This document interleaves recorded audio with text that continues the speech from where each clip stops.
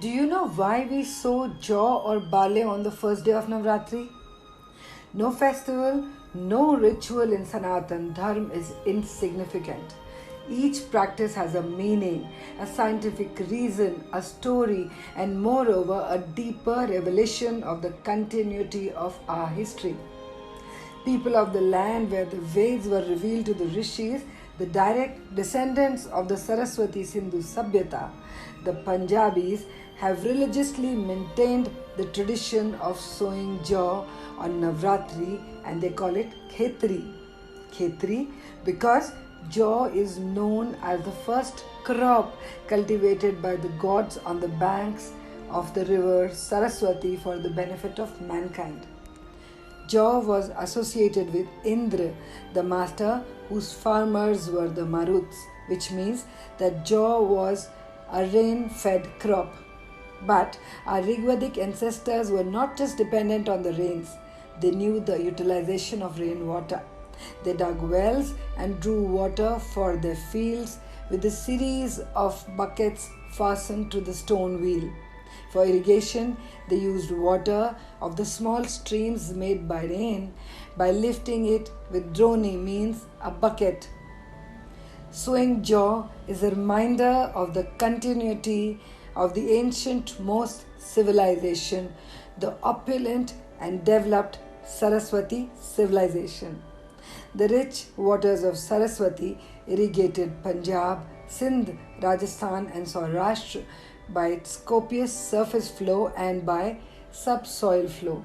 The Rigvedic people could differentiate Apnaswati, meaning the fertile land, from Aratana, meaning barren land that they called jungle. They could detect the riverine tract called Anupa and Anusara, meaning non-alkaline cultivatable land, and Usara, meaning non-cultivatable infertile alkaline land. Unlike the present-day commercialization of agriculture, the Rigvedic Arya imposed divinity on every condition of nature. All agricultural operations were given a spiritual domination.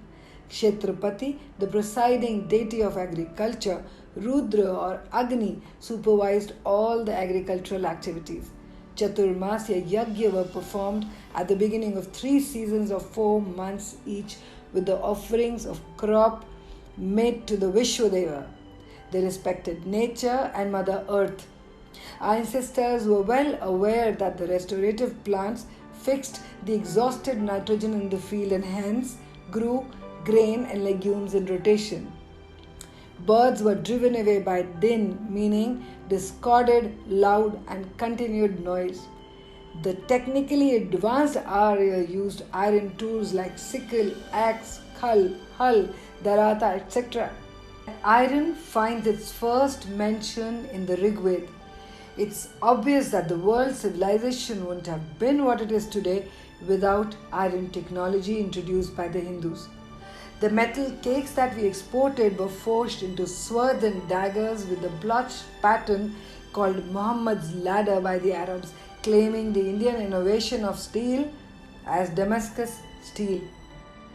Coming back to cultivation, the Rigvedic people grew various crops in the same field.